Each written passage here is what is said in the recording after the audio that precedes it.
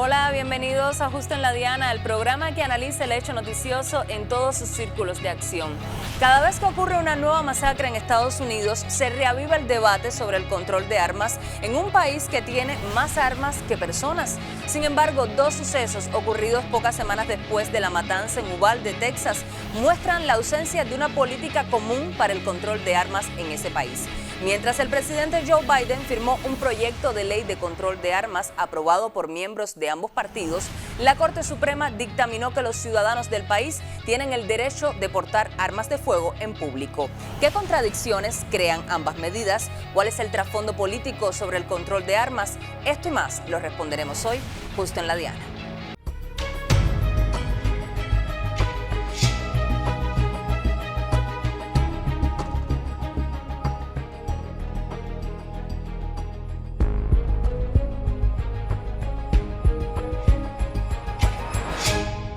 Dos instituciones oficiales de Estados Unidos han tomado medidas en direcciones contrarias. La ley que impulsaron en el Senado busca reforzar la comprobación de los antecedentes penales y psicológicos en los compradores de armas, también bloquear la venta a los condenados por maltrato y desplegar todo un operativo de reestructuración de seguridad en la mayoría de las instituciones del país. Se trata de una propuesta que no llega a tocar las causas de fondo, pero inicia el camino para poner un stop a la tenencia de armas por parte de personas peligrosas. Sin embargo, la decisión de la Corte Suprema, la cual por cierto fue cuestionada por el presidente Biden, permitirá que cualquier persona con licencia para tener armas de fuego pueda legalmente salir a la calle con ellas. Los ciudadanos de Estados Unidos tienen el derecho fundamental de portar armas de fuego en público. Eso reafirmó el jueves la Corte Suprema, en una decisión histórica que evitará que los estados restrinjan a las personas de hacerlo con normativa propia. El fallo de 6 votos contra 3 anula una ley del estado de Nueva York que requería que una persona demostrara que tenía necesidades legítimas de defensa personal para recibir un permiso de porte de armas. A pesar de los crecientes llamados a limitar las armas de fuego tras 2 tiroteos masivos en mayo que conmovieron al país, el alto tribunal se puso del lado de quienes sostienen que la Constitución garantiza el derecho a poseer y portar armas. Un día monumental en la lucha contra la violencia armada. Eso dijo Joe Biden tras firmar una ley bipartidista que parecía inimaginable hasta la reciente serie de tiroteos masivos en el país.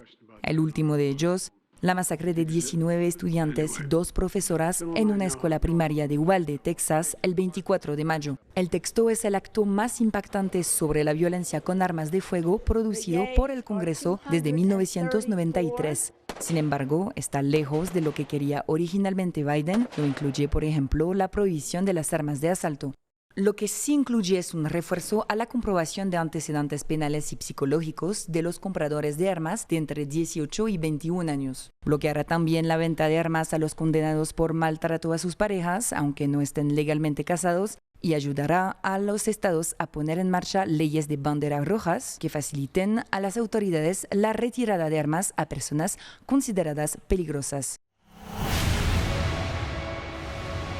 Antes de proponer esta legislación en el Senado, los políticos escucharon testimonios sobre la violencia con armas de fuego en el país. Una niña de 11 años que sobrevivió a la masacre en la escuela primaria de Uvalde, Texas, describió en un testimonio en video para el Congreso cómo se cubrió con la sangre de un compañero muerto para evitar ser baleada. She went to go lock the door and he was in the hallway and they made eye contact and then she went back in the room and she told us go hide, and then we went to go hide behind my teacher's desk and behind the backpacks, and then he shot the little window and then he went to the other classroom and then he went, there's a door between our classrooms and he went through there and shot my teacher and told my teacher goodnight and shot her in the head. And then he shot some of my classmates and the whiteboard. When I went to the backpacks, he shot my friend that was next to me. And I thought he was going to come back to the room, so I grabbed the blood and put it all over me. And what did you do then when you put the blood on yourself? Just stay quiet, and then I got my teacher's phone and called 911. Pero sabemos que no es la primera vez que ocurre este tipo de tiroteos, sobre todo en escuelas. En el siguiente resumen le mostramos. 169 personas han sido asesinadas en 14 masacres vinculadas a escuelas y universidades estadounidenses, desde que ocurriera la primera en la escuela secundaria de Columbine, Colorado, en 1999, hasta el último incidente en la escuela Robb Elementary en Texas. Hace 23 años, 2 alumnos del último año, Eric Harrus y Dylan Klebold, asesinaron en casi una hora del 20 de abril de 1999 a 2 escolares, entre 14 y 18 años de edad, a un profesor y luego se suicidaron. Este ataque en la escuela secundaria Columbine quedó grabado en la memoria de todo el país y es considerado el arquetipo de masacres en los centros educativos. A partir de ese momento, niños y jóvenes estadounidenses no conocerían otro mundo sin tiroteos en establecimientos escolares. 6 años más tarde, el 21 de marzo de 2005, los estudiantes de la escuela secundaria Red Lake de Minnesota vivirían una tragedia parecida. Antes de suicidarse, un alumno de 16 años mató a tiros a 5 compañeros, a un guardia de seguridad y a un profesor. En 2006, un hombre de 32 años asesinó a 5 alumnas antes de dispararse a sí mismo en la escuela West Nickel Mines, Pensilvania. Estos crímenes fueron rápidamente olvidados por la opinión pública y obviamente los medios. Sin embargo, el año 2007 fue impactante, cuando un estudiante de 32 años de la Universidad Virginia Tech asesinó a 32 personas en el campus de esa universidad antes de suicidarse. Un año más tarde, el 14 de febrero de 2008, en la Universidad del Norte de Illinois, un estudiante de 27 años ejecutó en un aula a 5 personas y luego se suicidó. El 2 de abril de 2012, en la Universidad de Oikos en Oakland, California, un hombre de 43 años entró a una escuela cristiana y mató a tiros a 7 adultos. Tan solo unos meses más tarde, el país volvería a quedar en shock cuando 20 alumnos de la escuela primaria Sandy Hook en Connecticut son asesinados junto a 6 empleados del establecimiento por un joven de apenas 20 años, fanático a las armas y que se quitó la vida luego del ataque. El próximo año no sería diferente, cuando en el colegio de Santa Mónica de California, un hombre de 23 años asesinó a 5 personas antes de ser abatido a tiros por la policía. Sin embargo, sería el asesinato de 17 personas, 14 de ellas adolescentes, el 14 de febrero de 2018 en la escuela secundaria Marjorie Stoneman Douglas en Parkland, Florida, las que movilizarían a parte del pueblo estadounidense. 4 años más tarde ocurre un nuevo incidente en ese mismo estado.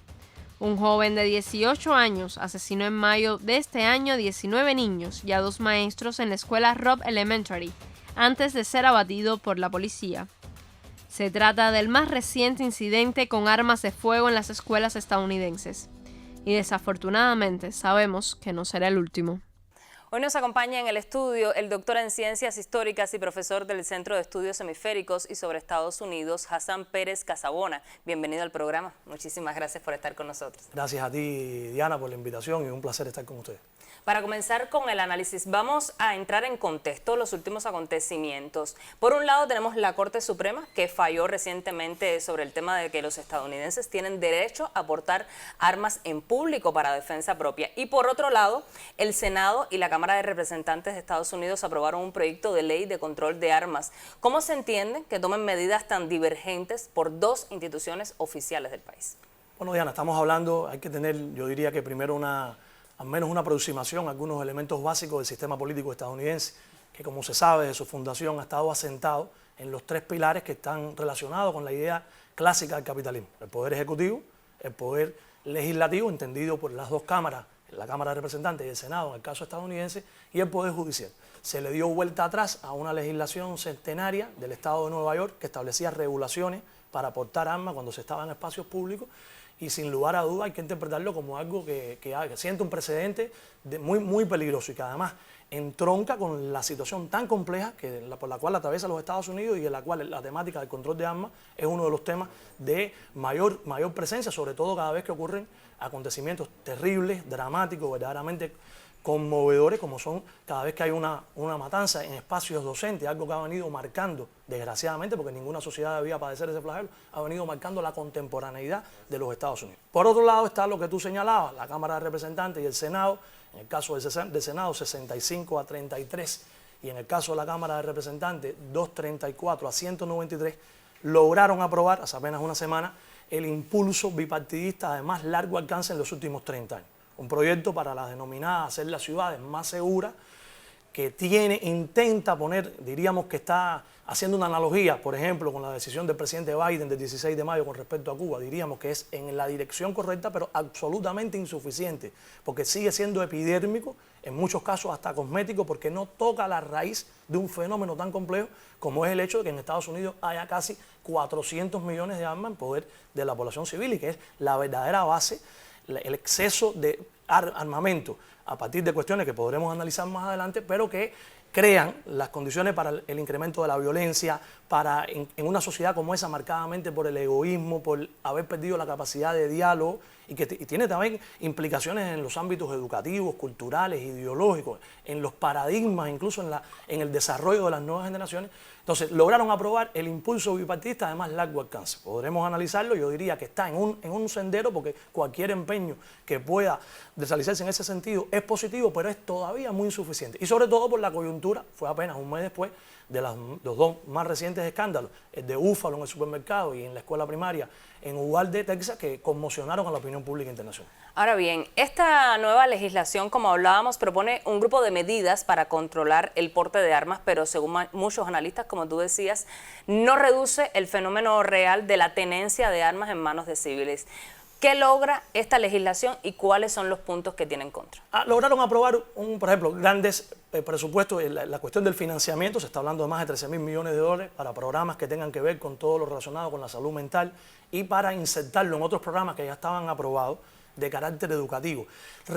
Hace hincapié en la revisión, por ejemplo, en las edades entre 18 y 21 años. Se está hablando de lograr insertar el registro de menores en el denominado NICS, por sus siglas en inglés, que es el sistema de poder identificar de manera inmediata el acceso a los datos con los registros vinculados a cuestiones penales. Se está hablando, por ejemplo, que se le logró encontrar solución a la denominada laguna del novio, que era un acápite, un resquicio de la ley de violencia doméstica, donde personas que no hubieran contraído matrimonio o no convivieran con su cónyuge quedaban exentos. Ahora se habla de que si cometen algún delito podrían ser retirados, es decir, tener endurecimiento para el acceso a las armas. Se está hablando de que se pueda haber un mayor plazo, en algunos casos entre 3 y que llegue hasta 10 días. Pero, por ejemplo, con algunas de sus limitaciones fundamentales, no se prohíbe el uso de los rifles de asalto, el uso de los cargadores que tienen la capacidad de mayor número de municiones.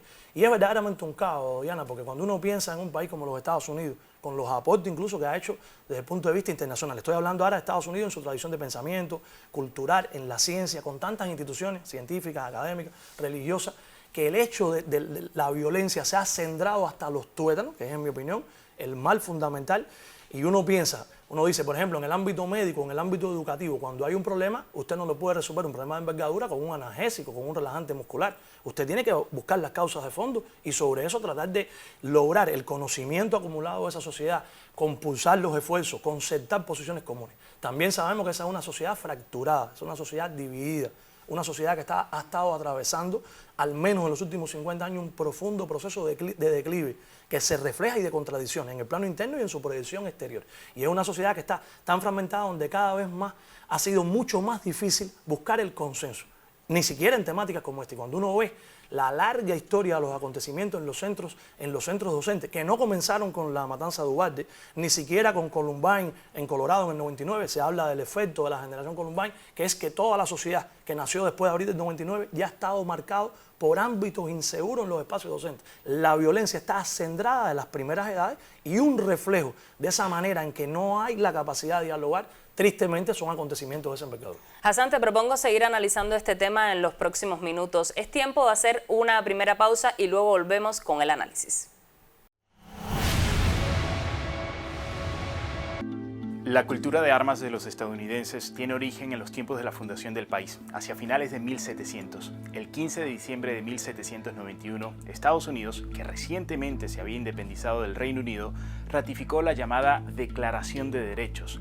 Consiste en 10 enmiendas a la Constitución que 4 años antes habían escrito los precursores de la independencia. Estas enmiendas dieron carácter constitucional a varios derechos que los llamados padres fundadores consideraron fundamentales. Entre esos derechos se encontraba la libertad de expresión, de prensa, religión o reunión, y también la libertad de poseer armas. Textualmente, la segunda enmienda de la Constitución estadounidense dice que, siendo necesaria una milicia bien ordenada para la seguridad de un Estado libre, no se violará el derecho del pueblo a poseer y portar armas. ¿Y por qué fue tan importante darle carácter constitucional a la posesión de armamento? Pues esto tiene relación con las milicias que conformaron los revolucionarios estadounidenses durante la Guerra de Independencia de Reino Unido y en la que tuvieron un papel fundamental para derrotar a las tropas británicas. Con el triunfo de la independencia, el país comenzó a construir su nueva identidad nacional y sus instituciones. En ese momento, una parte de la población vio con recelo la conformación de un ejército regular, pues temían que tuviese la capacidad de oprimir al pueblo,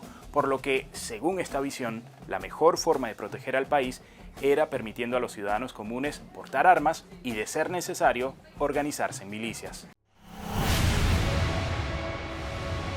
Regresamos con el análisis. Hassan, los defensores de la tenencia de armas en Estados Unidos se basan en la segunda enmienda para defender su derecho a portar armas. Pero ¿hasta qué punto una enmienda de 1791 es aplicable en el actual contexto? Sí, Diana, bueno, no hay tiempo para explicar en detalle, tu programa tiene una dinámica excelente, pero al menos algunas cuestiones de síntesis. En diciembre de 1791 se aprobaron esas famosas 10 enmiendas como derechos fundamentales, y en la cual está la segunda, que es la idea de las milicias y el portar armas. Hay que decir en primer lugar que Estados Unidos, esa tendencia al conservadurismo también se ha reflejado en su sistema legislativo. Fíjate que ellos nada más que han aprobado 27 enmiendas y hace 30 años que no aprueban ninguna, y hubo etapas, por ejemplo, entre 1804 y 1864 que no aprobaron ninguna, de la 12 a la 13. Entonces, en aquel contexto, la idea de Madison y otros de los padres fundadores era que la necesidad de que debían estar armados porque había un cuestionamiento a las estructuras monárquicas europeas.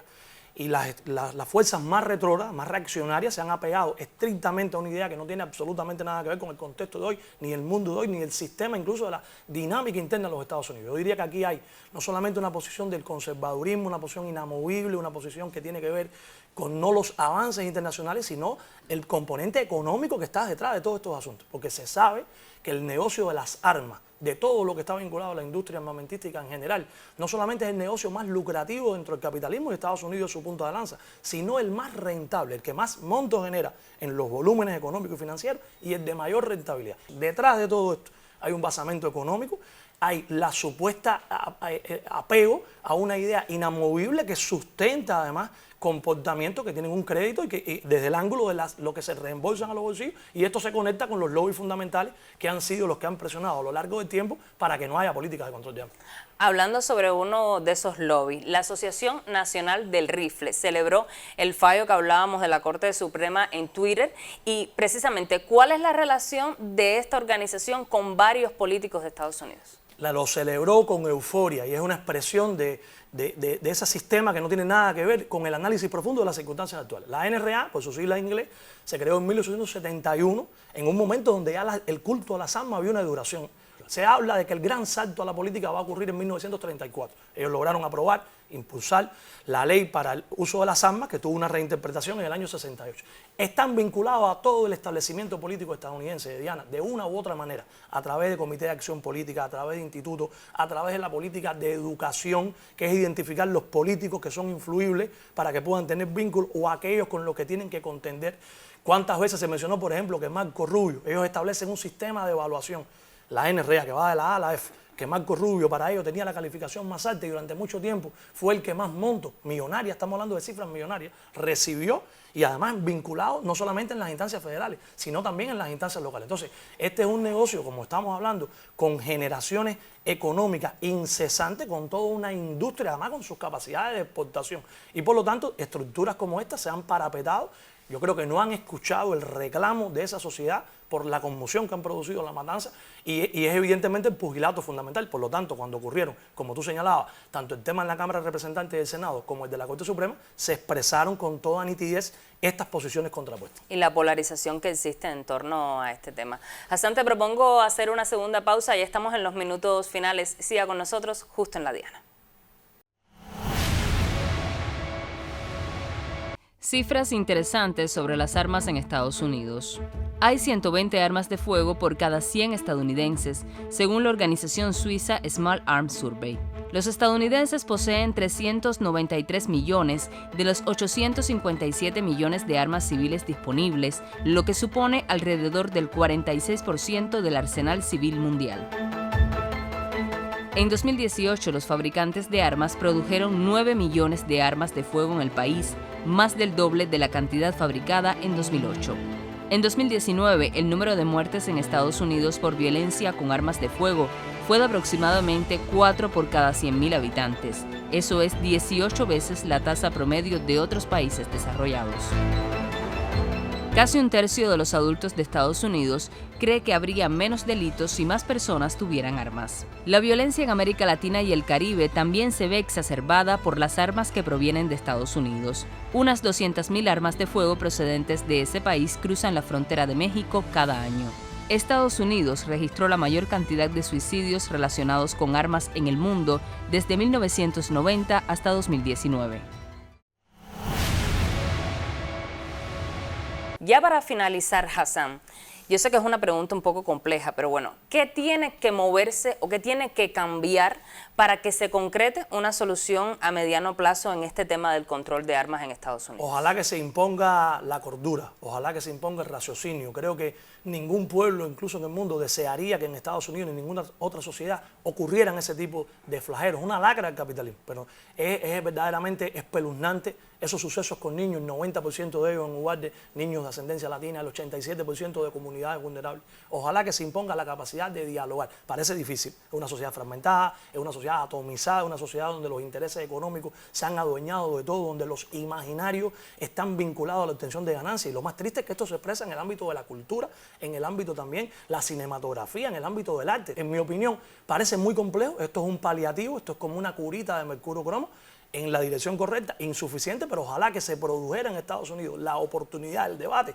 del cual emergiera una solución profundamente estructural. Un poco lo que alertó, pensando aquí el comandante en el año 2001, cuando el tema del terrorismo, se creaba una oportunidad excepcional para discutir ese tema. ¿Y cómo respondió Estados Unidos? Con el uso de la fuerza, la guerra en Irak, Afganistán, Siria, y se acentuaron las contradicciones. Ojalá que no se cometiera nuevamente el error, pero parece difícil. Hay una historia de 200 años donde no ha prevalecido la sensatez y de verdad que sería muy complejo. No obstante, cada vez más hay voces en todos los terrenos, en la política y en el mundo del espectáculo, en el mundo de la ciencia, en el mundo del arte, que se pronuncian con una energía, porque esa sociedad, ¿cuántos acontecimientos más tienen que ocurrir para que cambie? Y ese es un dilema para la familia estadounidense, para la sociedad estadounidense.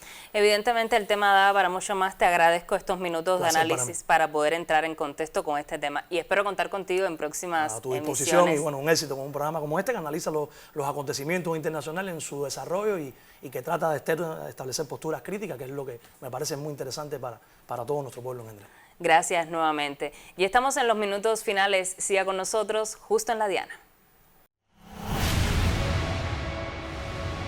Maite wore green high-top Converse with a heart she had hand-drawn on the right toe because they represented her love of nature. Camilla's got these shoes. Can you show these shoes, please?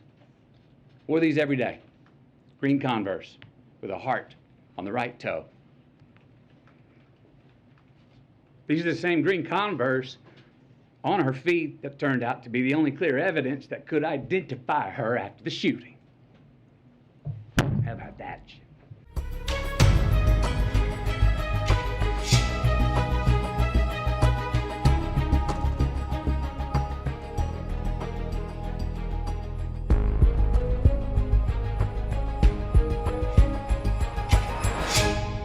Aunque la reciente matanza en Texas aún persiste en la memoria de la opinión pública, los esfuerzos para que este tipo de sucesos no se repitan se quedan a medio camino entre la necesidad de tener una política común para el control de armas y la presión de las organizaciones que solo quieren mantener el negocio bajo la cortina de sus derechos constitucionales. Solo en 2020, más de 45.000 estadounidenses murieron por lesiones relacionadas con armas de fuego, incluyendo homicidios y suicidios. Detrás de estas cifras hay historias, pero más allá de estos datos objetivos, el solo testimonio de una niña que tuvo que cubrirse con la sangre de su compañero de clase para hacerse pasar por muerta debería bastar para que el control de armas pase de ser un tema político a una cuestión humanitaria. Lo espero el próximo jueves a las 9:30 de la noche para analizar un hecho noticioso en todos sus círculos de acción. También nos puede ver los viernes a las 10 de la mañana y los sábados a las 5:30 de la tarde. Si se perdió alguno de nuestros programas anteriores, siga nuestro canal en YouTube y allí podrá encontrarlos. Estamos también en Twitter y Facebook. Al final, como siempre les digo, tendrán los elementos que necesitan para poner el dardo justo en la diana.